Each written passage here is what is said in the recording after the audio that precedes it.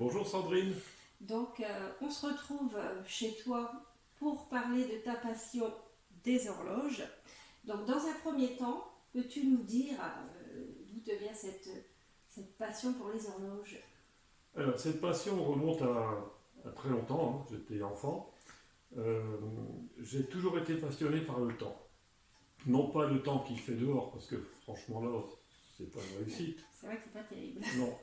Mais le temps qui passe. Le temps qui passe m'a toujours passionné. Euh, et la quatrième dimension, en quelque sorte. Alors, combien as-tu de types d'horloges chez toi? Oh, 3, 4, 5 types, je ne sais plus. Il y a tout d'abord les horloges de parquet, hein, que certains appellent les comptoises. On a justement une euh, derrière moi. Très jolie d'ailleurs. Tout à fait, en sachant que c'est plutôt une cauchoise, parce qu'elle vient du pays de Caux, contrairement aux comptoises qui viennent plutôt de la région du Jura. Après, on a les grosses pendules que l'on accroche au mur, euh, ce qu'on appelle un œil de bœuf, par exemple, hein. C'est une pendule, hein, donc C'est voilà. très gros. C'est assez gros. Après, on a des pendules un peu plus petites, par exemple, tout ce qui est coucou. Ouais. Et puis après, on a les pendulettes, hein, que l'on met, par exemple, sur des vieilles cheminées ou sur des meubles. Puis je terminerai par les toutes petites pendulettes, par exemple, les pendulettes d'officiers, hein, que les officiers emmenaient lorsqu'ils faisaient la guerre, par exemple. Euh, voilà, je n'en vois pas d'autres. Ah, c'est déjà pas mal. Ouais. Alors, j'ai remarqué que sur certaines horloges, il y a un trou, deux trous, trois trous. Alors, est-ce que tu peux nous dire à quoi servent tous ces trous?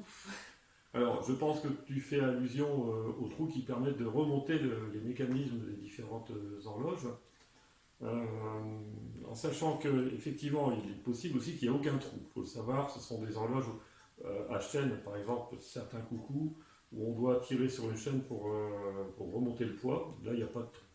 Après, on a effectivement des cadrans où figure un trou. Ça correspond à des horloges qui ne sonnent pas. Le trou permet de remonter le mécanisme, à savoir le tic-tac. Cette horloge-là ne sonnera pas, ne sonne pas.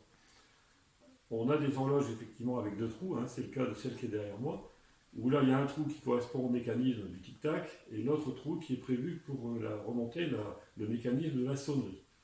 Alors, en général, ces horloges sonnent un coup toutes les demi-heures, enfin pour sonner la nuit, et autant de coups à l'heure pour sonner l'heure. Autant de coups qu'il n'y a d'heure, bien sûr. Après, on trouve effectivement des cadrans où il y a trois trous. Alors, ce sont des horloges avec des carillons. Bon, le plus célèbre, c'est notamment le Westminster avec le fameux Big Ben, qui sonne 4 notes au quart, 8 notes à la demi, 12 notes aux trois quarts et 16 notes à l'heure, suivi de autant de coups qu'il n'y a d'heure. Voilà, alors bien, il y a aussi d'autres cadrans avec plus que trois trous, mais là c'est quand même un peu plus rare. Ce sont des horloges où il y a beaucoup d'autres mécanismes dedans. Très bien. Donc, je me demandais, tu as une petite préférence pour l'une d'entre elles? Alors, moi j'ai toujours préféré les grosses horloges, à savoir ce que les gens appellent les comptoises, hein, les horloges de parquet, hein, vraiment par exemple celle qui est derrière moi, que j'appelle Gertrude, hein, parce que Gertrude, voilà. chaque Salut horloge, Gertrude. chaque horloge a sa personnalité, et puis chaque horloge chez moi a un surnom. Euh, Parce qu'en fait, ce sont celles qui sont les plus impressionnantes pour moi. Ouais, c'est vrai que c'est quand même assez imposant. Autant dire qu'il faut quand même avoir un peu d'espace. Tout à fait, c'est de la grosse mécanique, hein. Voilà. Et est-ce que tu peux nous dire quelle est la plus ancienne horloge que tu possèdes? Et quel âge a-t-elle éventuellement? Alors c'est difficile de répondre parce que chaque horloge a une histoire. Et parfois le mécanisme qui est dans la caisse ne correspond pas à l'âge de la caisse, hein. En période de guerre, donc il arrivait que l'envahisseur, entre guillemets, fauche le mécanisme et repart dans son pays avec un mécanisme d'horloge et laissait une caisse vide derrière lui. Donc le français, hein, retrouvait sa caisse vide et rachetait un mécanisme plus récent. Gertrude, qui est derrière moi d'ailleurs, le mécanisme n'a pas le même âge que la caisse. Il faut savoir que ça a été une reconstitution, hein. C'est comme ça. Par contre, en bas, dans mon sous-sol, j'ai vraiment des caisses très anciennes, hein, qui ont, à mon avis, plus de 150 ans, voire même 200 ans. Parce qu'en clair, elles sont en chêne, sculptées à la main. Et ça commence quand même à démontrer que c'est quelque chose d'assez ancien. Et selon toi, euh, qu'est-ce que tu penses de l'évolution des horloges qui sont devenues maintenant plus avec un système à pile que comme celle-là? Donc, qu'est-ce que tu penses de l'évolution Oui, alors c'est vrai que les horloges, notamment ce qu'on trouve sur les téléphones, l'heure est exacte. Les horloges qui fonctionnent avec des piles ou les horloges qui se branchent sur secteur, euh, bon, elles fonctionnent bien, elles apportent tout ce dont on a besoin, mais ces horloges n'ont aucune âme et en plus elles consomment de l'énergie. Ouais. Alors que les bonnes vieilles comptoises, par exemple, hein, ou voire même les horloges à ressort, elles sont vraiment très écolo parce qu'elles ne consomment pas, elles n'ont pas besoin de batterie, ne consomment pas d'énergie électrique. Elles sont basées, hein, en l'occurrence Gertrude par contre derrière moi, c'est l'énergie, c'est la gravitation, hein, ce sont des poids qui descendent.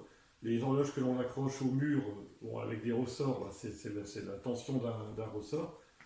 Il suffit simplement par contre qu'il y ait une intervention humaine régulière pour les remonter. Il faut savoir que les horloges de parquet, on les remonte une fois par semaine, c'est quand même pas fatigant. Hein.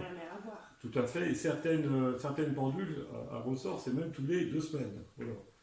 Bon, après, certaines pendules, on appelle ça les mouvements à jour, il faut les remonter tous les jours. Hein. Mais ces bonnes vieilles horloges, c'est toutes les semaines, c'est la bonne moyenne. Quoi. Et où on peut se procurer ce type d'horloge, que ce soit Pontoise, Westminster. Oui. Alors on trouve ça partout, hein, sur les sites internet bien connus, hein, que je ne citerai pas pour des raisons publicitaires. Mais on trouve ça aussi chez le premier brocanteur venu. Et c'est ça qui est bien, c'est qu'aujourd'hui on arrive à trouver une superbe comptoise pour 150 €, voire même moins parfois, en parfait état de marche, alors qu'il y a quelques années c'était encore quelques milliers d'euros. Ouais, ça a coûté extrêmement cher, oui. Il y a quelques années. Et qu'est-ce que tu aimerais dire aux gens qui regardent cette vidéo? J'aimerais leur dire je leur conseille d'installer chez eux une bonne vieille pendule de parquet, une comptoise par exemple, parce que ces horloges-là ont une âme. Le tic-tac lors des longues soirées d'hiver, c'est vraiment très agréable. De plus, pour rassurer certains, on n'est pas obligé de remonter le mécanisme de la sonnerie, hein, parce que c'est vrai que la sonnerie parfois ça dérange. Surtout la nuit. Surtout la nuit. Bon, après, il y a possibilité, à certaines horloges, on peut arrêter la sonnerie la nuit. Puis on peut également mettre des petits amortisseurs sur les marteaux de façon à ce que ça sonne pas fort. Voilà, donc le conseil que je peux donner, c'est mettez une bonne vieille comptoise chez vous. Ça vous apportera de l'ambiance, de la vie, et ça va pas vous coûter cher. Et en plus, ce seront des horloges vraiment, comme je disais tout à l'heure, on est vraiment là dans le respect de l'environnement. Et au niveau entretien?